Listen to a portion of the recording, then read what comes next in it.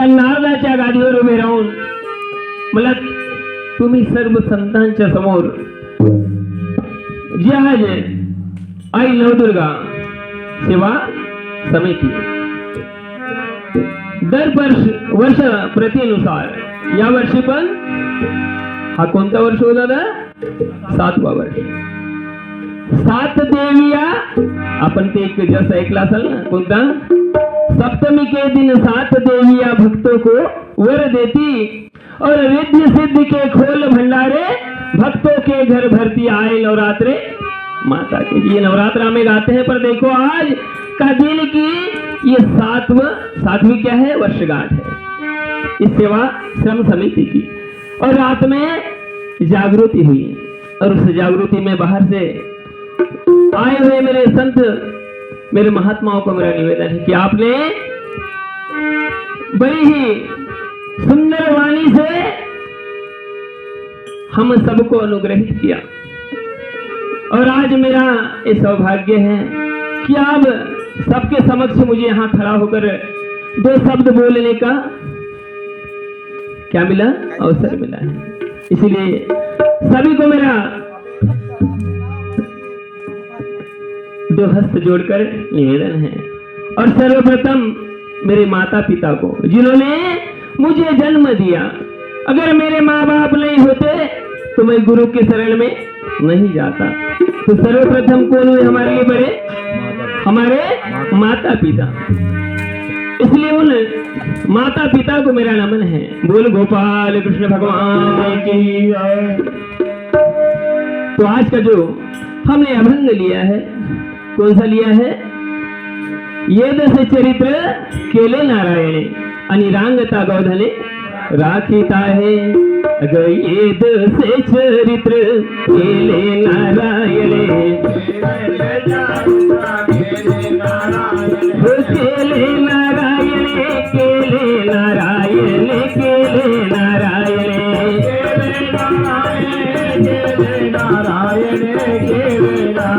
आणि रांगता गौधने गा राखीता है हो रांगता गौधने हो राखीता है।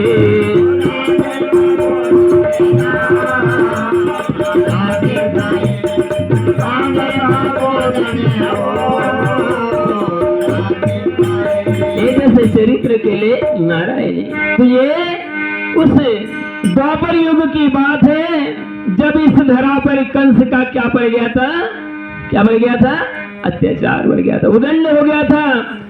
उस समय कृष्ण को द्वापर युग में जन्म लेना पड़ा था। अगर मथुरा नगरी राजा उग्रसेन मथुरा नगरी राजा उग्रसेन मथुरा नगरी राजा उग्रसेन मथुरा नगरी राजा उग्रसेन राजा उग्रसेन राजा उग्रसेन राजा उग्रसेन राजा उग्रसेन राजा उग्रसेन राजा आणि भाऊ होते दोन राज्यामध्ये भाऊ होते दोन राज्यामध्ये भाऊ होते दोन राज्यामध्ये भाऊ होते दोन राज्यामध्ये। उग्रसेन नगरी मथुरा नगरी और राजा उग्रसेन और उनका एक भाई था जिसका नाम था देवक। तो देवक की जब शादी हुई तब उनको एक कन्या हुई उसका नाम देवकी रखा गया और उग्रसेन को एक बालक का फल प्राप्त हुआ जिसका नाम कौन सा रखा गया कौन सा रखा गया। अब दोनों बच्चों का प्रतिपाल किसने किया राजा उग्रसेन ने क्योंकि देवकी का जन्म होते ही स्वर्ग सिधार गया था। तो राजा उग्रसेन ने देवकी और कंस को अपने कलेजे के टुकड़े बनाकर उनका प्रतिपाल किया और जैसे जैसे समय चक्र चलता गया दोनों बालक बड़े होते गए और जैसे 18 साल की कन्या हुई देवकी तब उग्रसेन को चिंता हुई कि बोले मेरी कन्या विवाह के योग्य हो गई है। अग बोले विला प्रधान, किसने? उग्रसेन ने। अग बोले विला प्रधान सांगत निधान, चांगला सारे दादा एक वर ढूंढून आण। अरे आपल्या देव की कविता एक वर पाहुणे म्हणे। तब ये बात कंस ने सुनी। जैसे कंस ने सुना तो अपने पिताश्री के सामने गया और हस्त जोड़कर विनती करने लगा, बाबा मेरे एक दोस्त है, बोले मेरे मित्र है जिसका नाम वसुदेव है। तो बोले क्यों ना हम अपनी बहन देवकी की शादी वसुदेव से करा दे। तो राजकुमार वसुदेव को उग्रसेन ने भी देखा था, तो बोले हाँ इससे अच्छा वर तो हमारे देवकी के लिए कोई और नहीं हो सकता है। तब उग्रसेन ने राजा उग्रसेन ने प्रधानाला पाठविला। राजा उग्रसेन ने प्रधान पाठविला।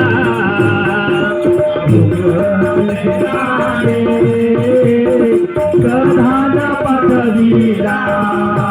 राजा उग्रसेन ने प्रधान पाठविला। राजा उग्रसेन ने प्रधान पाठविला जा म्हणे। त्या वसुदेवाला ह्या मथुरे नगरी घेऊन और प्रधान गया और मथुरा नगरी लेकर आया। राजा कंस ने प्रस्ताव रखा। मित्र बोले मेरे एक सुझाव है, आपको स्वीकार करना पड़ेगा। तब वसुदेव बोले मित्र क्या सुझाव है बोलिए। तब बोले मेरी बहन देवकी विवाह के योग्य हो गई है, इसलिए बोले मेरी एक आपसे विनती है कि आप मेरी बहन देवकी के साथ विवाह कर लें। अब देवकी कैसी थी? सुंदर थी, देखने में सुंदर जैसे देखने में थी वैसे ही गुणों में भी सुशील थी। गुणों में भी सुशील थी। वसुदेव ने भी सोचा कि ऐसी धर्म पत्नी मुझे कहीं नहीं मिलेगी। तब उसे उन्होंने भी हामी भर दी। ठीक है बोले मुझे आपका प्रस्ताव स्वीकार है। बोल सदगुरुदेव भगवान की जय। और गांव-गांव से राजाओं को बुलाया और महायज्ञ का अनुष्ठान किया घर पर। और उस महायज्ञ के अनुष्ठान में दोनों का ब्याह हुआ। बोल गोपाल कृष्ण भगवान की जय।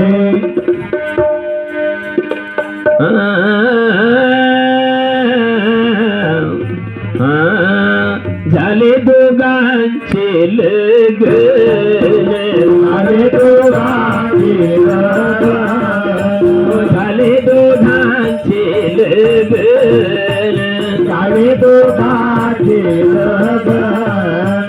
पडती पित्याचे चरण, पडती पित्याचे चरण, पडती पित्याचे चरण, पडती पित्याचे चरण, पडती पित्याचे चरण, पडती पित्याचे चरण, पडती पित्याचे चरण, पडती पित्याचे चरण। हो देवकी ते रडू लागले, रडू लागले, हो देवकी ते रडू लागले, देवकी ते रडू लागले। संग जोडा हे कशी फुटली, कशी बाबा जोडी हे सुटली, कशी बापा जोडी सुटली, कशी बापा जोडी सुटली। कारण कंसाचारी देवकीचा प्रेम एवढा गहन होता, इतना गहन प्यार था उनका बहन भाई में बहुत ज्यादा। तब राजा कंस ने दोनों को बुलाया, रथ सजाया और दोनों को उनकी ससुराल छोड़ने के लिए रथ पर बिठाला। और जैसे रथ पर बिठाला रथ चलने लगा, उसी मथुरा नगरी के किनारे एक नदी थी। कौन सी नदी दादा? यमुना नदी। अगं यमुनेच्या तीरी रथ घेऊन या गेले आणि आभारे दादा गरजुगा लागले। जैसे उस यमुना के किनारे रथ गया, आसमान गरजने लगा और आकाशवाणी हुई, अरे कंस, जिस बहन को इतनी प्यार से तू लेकर जा रहा है ना, उसी का 8वां पुत्र तेरे जीवन का काल होगा। क्या होगा? तेरे जीवन का काल होगा। ये बात कंस ने जैसे सुनी तो उस पर उतना ध्यान नहीं दिया, फिर आगे चलने लगा। फिर आकाशवाणी हुई, तब राजा कंस ने रथ को रोका और चारों ओर देखने लगा कि ये आवाज कहां से आ रही है। तब कंस ने कहा, कौन बुलबुल है? अगर जो भी बात करनी है तो सामने आकर बोलो, ये पीछे से क्या बोलते हैं। फिर आकाशवाणी हुई। जब आकाशवाणी हुई, राजा कंस ने सोचा कि बोले जब इस बहन का 8वां बालक मेरे जान को खतरा है, मेरे जान का क्या है? खतरा है, तो इसे जीवित रखने से कोई फायदा नहीं। वैसे ही राजा कंस ने उस देवकी के बालों को पकड़ा और रथ से नीचे खींचा। अगर धरू लिया बाल, अगर ओली तो धरणीवर, देवकी दादा त्योहार करतो रे गरवर। ए बंधू, मला मारू नका, कारण मी तुझी एकुलती एक बहीण आहे। काय म्हणतो? मी तुझी एकुलती एक बहीण आहे रे, मला मारू नका। पण कंस ऐकलं नाही आणि आपल्या म्यान मधून तलवार काढली त्या देवकीला मारण्याकरिता। देवकीला मारण्याकरिता काय काढली? तुम्ही असे गप्प बसाल तर काय होईल? मी एकटाच बोलत राहीन बडपणीचे लोक, तसंही मला चक्राज म्हणतात। काय म्हणतात? असं वाटतंय मी एकटा बोलतो आणि तुम्ही गप्प झाल्या। बोल गोपाल कृष्ण भगवान की जय। तब क्या हुआ? राजा कंस ने अपने म्यान से तलवार निकाला और देवकी को मारने के लिए जैसी तलवार को ऊपर उठाया, वैसे ही वसुदेव गए और उनके हाथ को पकड़ लिया और क्या कहा, अरे मित्र कंस ये क्या कर रहे हैं? अरे देवकी तुझी लाडकी बहीण, नका करू खून देवकी जा, देवकी जा, नका करू खून देवकी जा, नका करू खून देवकी जा, देवकी जा, नका करू खून देवकी जा, अरे नका करू खून गा देवकी जा, तो नका करू खून हो देवकी जा, नका करू खून गा देवकी जा, नका करू खून हो देवकी जा। अरे म्हणे तुझ्या जीवनाचा काळ कोण आहे? आमचा 8वा बाळ आहे। तर ठीक आहे म्हणे, मी तुला वचन देते, मी तुला वचन देते, देवकीला जो 8वा बाळ होईल ना, त्याला मी जन्मताच तुझ्या समक्ष घेऊन येणार आणि तुला जसं वाटेल तसं तू करत राहा। पण राजा कंस कसा होता? चतुर होता। त्याने विचार केला, म्हणे कमळाच्या फुलाला पंखुड्या किती राहतात? 8 राहतात। जरी ह्या बाजूला मोजला तर हा 8वा येतो आणि ह्या बाजूलाही मोजला तर तो 8वाच येतो। तर म्हणे मागच्या माझ्या काळ आहे की मधातला आहे की समोरचा आहे म्हणून नाही नाही नाही नाही म्हणे, जरी मला तुझे बाळ देण्याची तुने इच्छा आहे ना, तुझी इच्छा, तर म्हणे पूर्ण बाळ द्यावं लागेल। किती? जेवढे काही ह्या देवकीच्या उदरातून जन्म घेणार ते पूर्ण बाळ माझ्या समक्ष घेऊन या लागेल। तर वसुदेव म्हणते ठीक आहे, जान है तो जहान है, जान है तो जहान है। अरे बोले हम जिंदा रहेंगे तो संसार का कुछ तो सुख देख पाएंगे, हम तो बोले अभी अधूरे हैं, हम अधूरे हैं। तो वसुदेव ने देवकी को समझाया और कहा इनकी शर्त हम स्वीकार करते हैं, इनको हम वचन देते हैं कि हमारे कोख से जितनी भी संतान होगी हम इनके समक्ष इनको सौंप देंगे। जैसे वचन लिया वैसे ही राजा कंस ने दोनों को फिर रथ पर बिठाला और मथुरा की ओर लेकर चला। और जैसे मथुरा की ओर लेकर गया और रथ जैसे उस मथुरा नगरी में अंदर प्रवेश किया, वैसे ही उग्रसेन महल से देख रहा है मेरा बेटा मेरी बेटी और मेरे दामाद को छोड़कर आ गया है।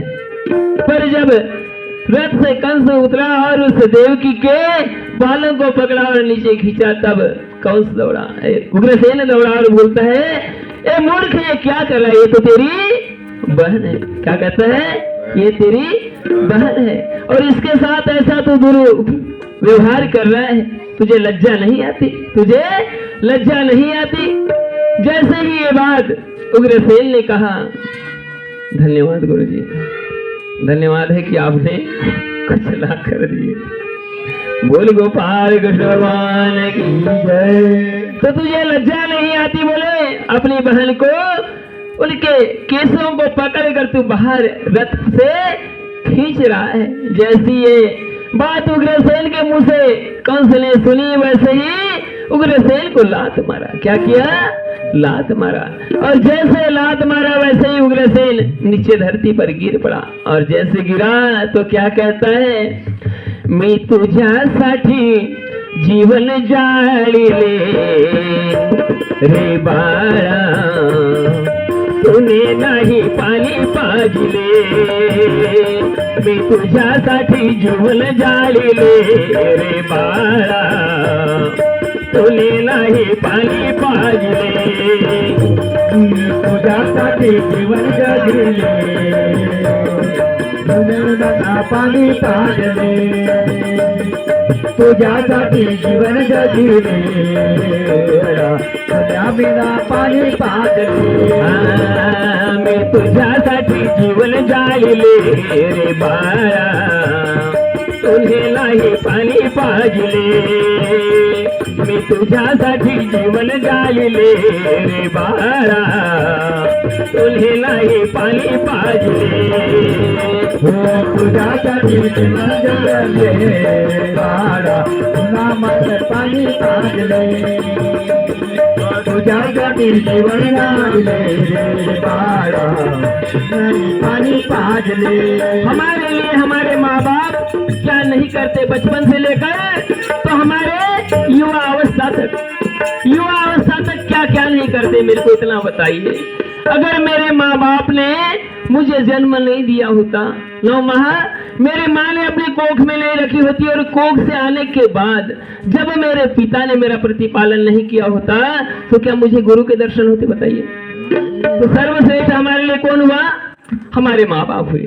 इसलिए माँ बाप से बढ़कर जग में कोई दूजा नहीं खजाना, जिसने तुझे जन्म दिया रे दिल उनका नहीं दुखाना, जिसने तुझे जन्म दिया रे दिल उनका नहीं दुखाना, माँ बाप से बढ़कर करने कोई दूजा न जाना, जिसने तुझे जन्म दिया रे दिल उनका नहीं दुखाना, जिसने तुझे जन्म दिया रे दिल उनका नहीं दुखाना। माँ बाप के मुख से निकला हुआ हर एक शब्द हमारे काम का है, चाहे वो आशीर्वाद हो या श्राप हो, आशीर्वाद हो या श्राप हो। उसी समय राजा उग्रसेन ने श्राप दिया, बोले जैसे आकाशवाणी हुई है ना, वो जरूर सत्य होगी, वो जरूर सत्य होगी, और तेरी ही बहन के 8वीं संतान से तेरा वध होगा। क्या होगा, तेरा वध होगा, ये अटल सत्य है। जैसे ये वाणी उग्रसेन के मुख से निकली तो राजा कंस ने प्रधान को बुलाया और सर्वप्रथम उग्रसेन को कारागृह में बंद किया। किसको, उग्रसेन को। और तत्पश्चात देवकी और वसुदेव दोनों को भी कारागृह में अंदर बंद कर दिया और उनके कारागृह के सामने का दरवाजा लगा, गेट लगा, उसमें बहुत बड़ा ताला लगा दिया और 2 पहरेदार रख दिए। बोले इनको जब भी पुत्र प्राप्ति होगी तो मुझे क्या करना, सूचना देना। क्या करना, सूचना देना। तत्काल बोले सूचना मुझे चाहिए। अगर चालली वेळ गेली रे समोर,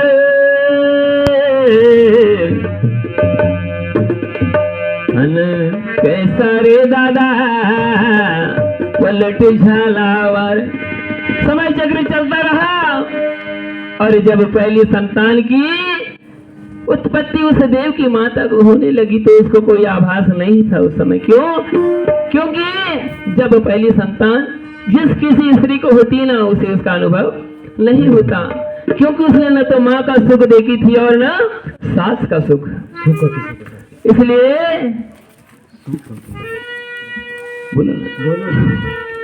इसलिए देव की कहने लगी मेरे अंदर कुछ कुछ होने लगा है, मेरे पेट में कैसे तो भी महसूस हो रहा है।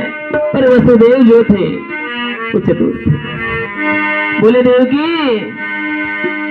मैं बता रहा हूँ, गजाली गर्भाची रंचना, गजाली गर्भाची रंचना, गर्भाची रंजना, गर्भाची रंजना, गजाली गर्भाची रंचना, गजाली गर्भाची रंचना, गर्भाची रंजना, गर्भाची रंजना। माहित नव्हते का नव्हते दोघे जनाल, माहित नव्हते दोघे जनाल, माहित नव्हते का नव्हते दोघे जना, माहित नव्हते दोघे जना, माहित नव्हते का नव्हते दोघे जनाल, माहित नव्हते दोघे जनाल, माहित नव्हते का नव्हते दोघे जना, माहित नव्हते दोघे जना। दोनों की बात का आवाज नहीं था, पर वसुदेव समझ गए कि हमें पुत्र रत्न की प्राप्ति होने वाली है। और जैसे जैसे दिन बढ़ते गए उस माँ को 9 मास 9 दिन हुए और पुत्र की प्राप्ति हुई। और जैसे पुत्र की प्राप्ति हुई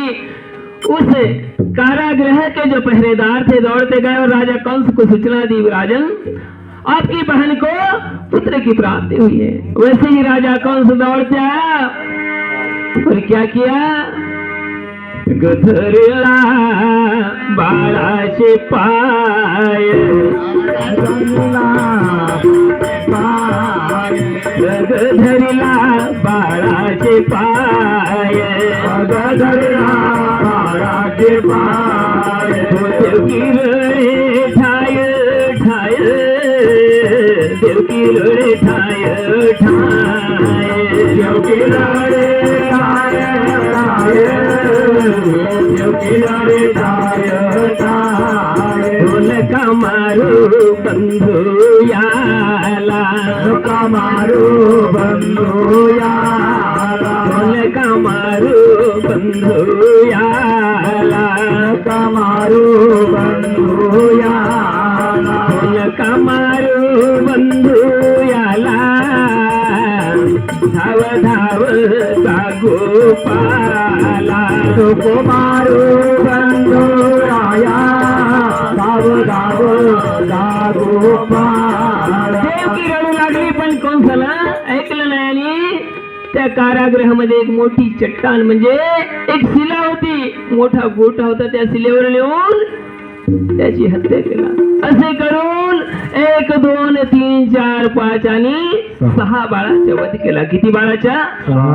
आणि जसं 6 बाळाचा वध झाला तसा स्वर्गामध्ये नारद मुनी स्वर्गातून मृत्यू लोकात आला आणि ते पूर्ण जेवढे काही घटित झाले होते पूर्ण वर सांगत गेला, देवा हे देवा तुझ्या विना रे सांगू मी दुःख कोण, देवा तुझ्या विना रे सांगू मी दुःख कोण, देवा तुझ्या विना रे मी सांगू दुःख कोणा, देवा तुझ्या विना रे सांगू मी दुःख कोणा, देवा रे सांगू मी दुःख कोणा देवा तुझ्या विना रे सांगू मी दुःख कोणा देवा तुझ्या विना रे सांगू मी दुःख कोणा देवा तुझ्या विना रे सांगू मी दुःख कोणा सांगू मी दुःख कोणा सांगू मी दुःख कोणा सांगू मी दुःख कोणा सांगू मी दुःख कोणा सांगू मी दुःख कोणा सांगू मी दुःख कोणा देवा तुझ्या विना रे सांगू मी दुःख कोणा देवा तुझ्या विना रे सांगू मी दुःख कोणा देवा तुझ्या विना रे सांगू मी दुःख कोणा देवा तुझ्या विना रे सांगू मी दुःख कोणा अरे मेरे त्या कंसाने त्या आई देवकी आणि वसुदेवाचे 6 बाळ वध केले आणि तू इथे गप्प बसलाय ए नारायणा काही तरी तिची किंवा कर म्हणे आणि धाव घे तब क्या हुआ पूरे देवगण उस क्षीर सागर में पहुंचे और श्री हरि विष्णु से विनती करने लगे प्रभु इसका इलाज सिर्फ आपके पास है इसका इलाज आपके पास है आप ही सृष्टि के कौन है पालन करता है 3 देवों को 3 काम सौंपा है ब्रह्मा को उत्पत्ति का विष्णु को पालना का और शंकर को विनाश का तो बोले ये काम आपका है ये काम आपका है ब्रह्मा जी ने तो अपना काम कर दिया था पर उसे कंस ने सफल होने नहीं दिया है तो उसे रोकेगा कौन तो आप ही रोक सकते हैं इसलिए प्रभु आपसे मेरी विनती है कि आप बेटा शीघ्र जाकर उस माँ देवकी के दुखों को निवारिए तब श्री हरि ने सोचा पहले मैं अकेला वहां जाकर क्या करूंगा मेरे को कोई न कोई संगी साथी होना ना अभी हम सब यहाँ बैठे अगर मैं यहाँ अकेला यहाँ इस माइक के सामने अगर चिल्लाता तो इसमें आनंद आता क्या दादा इसलिए हे काम लोए एक कट्याचे ये काम अकेले का नहीं है जब ये काम अपना ये सिर्फ कितने घंटे का काम है 4 घंटे का 3 से 4 घंटे का और कल से लेकर तो शाम तक पकड़ लो तो 24 घंटे का जब 24 घंटे का काम अकेले नहीं कर सकते तो उस महाबली कौन से को अकेले कृष्ण कैसे कर सकते तो बोले मैं अकेले उनको नहीं संभाल पाऊंगा मुझे कोई न कोई तो मेरे साथ होना जरूरी है अगर बोले विलासे से सांगत संदेश बोले विलासे से सांगितो संदेश रे शेषा म्हणे तुझ्या आणि आई देवकीच्या गर्भामध्ये जाऊन प्रवेश कर तो शेष का म्हणतो नाही त्रेतायुगामध्ये आलो होतो खूप त्रास झाला मला 14 वर्ष तुमच्या मागे बगर चप्पल जुत्यानं चाललो कितीतरी काटे माझ्या पायाला रुचले म्हणे कधी कंद कधी मूळ खाऊन मला राहा लागला मला आता मृत्यू लोकात यायचे तेव्हा श्रीहरी काय म्हणतो अरे म्हणे जब हम अपने भक्तों का दुख दर्द नहीं समझेंगे तो हमें भगवान कहेगा कौन वैष्णव जन तो तेने कहिए जो पीर पराई जाने रे जो पराये लोगों के पीर को नहीं समझ सकता तो न तो वैष्णव कहलाता है और न मंदिर की मूर्ति जैसे हमारे गांव में हर गांव में 3 मूर्तियां होती कौन सी हर गांव में मिलेगी आपको चाहे छोटे से छोटा गांव होगा उस गांव में 3 मूर्तियां जरूर मिलेगी एक किला मुखिया एक माता का मंदिर और एक वीर बजरंग बली का मंदिर अब ये 3 मंदिर क्यों हैं क्योंकि इनने कुछ तो ऐसा किया है जो हम समय समय पर उनकी पूजा अर्चना करते। तो बोले अगर हम अपने भक्तों के दुख का निवारण नहीं करेंगे तो हमें भगवान कहेगा कौन, इसलिए